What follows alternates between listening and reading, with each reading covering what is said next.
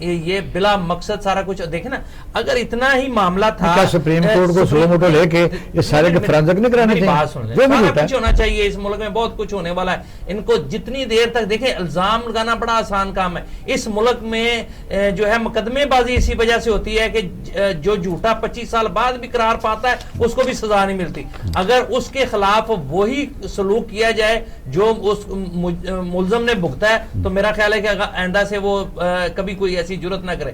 لیکن اب میں آپ کو بتا دوں کہ اگر وہ رانا شمیم صاحب کا اب ضمیر جا گیا, میں نے نوٹ بخواہ میرا موڈ بنے, تو اب ان کو چاہیے تھا کہ اگر وہ اس ملک کے خیر خواہ ہیں, اگر وہ ان کا ضمیر جاگ گیا ہے تو وہ کہیں مقدمہ درج کرواتے, ٹھیک ہے, وہ کہیں جا کے ریٹ پٹیشن فائل کرتے کہ جناب یہ سکتے تھے. 2 سال سویا رہا ہے وہ, تو یہ سارا کچھ جو ہے نہیں, اس کا واپس گیا تو اس کا بیٹا جس حالت میں بھی انٹرویو دے رہا ہے وہ آپ نے دیکھا.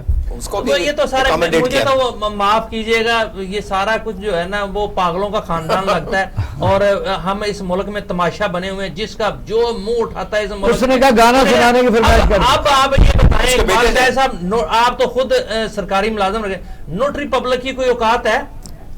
مجھے ہر دفتر مجھے یہ بتائیں, میری بھابھی وہاں پہ نوٹری پبلک کرتی ہے امریکہ میں. مجھے یہ بتائیں, مجھے 1000 دستاویزات دیں بغیر کسی ثبوت کے, میں آپ کو نوٹری پبلک کی مہر لگواتا, کہتے ہیں تو میں 10 مہریں یہاں لا کے رکھ دیتا ہوں آپ کے پاس, ٹھیک ہے. اچھا, اب آپ دیکھیں نا کہ اس کا مطلب ہے کہ جو مرضی منہ اٹھائے, یہ بتا دیں لاسٹ میں کنکلوڈ یہ کریں, یہ پھر بتا دیں کنکلوڈ کریں کہ اتنے بھی بھولے اور آسان نہیں ہیں یہ لوگ جو اوپر بہت بڑی مشاورتی کونسل بنتی ہے, اس کے اوپر بڑے ہائی دماغ کام کرتے ہیں.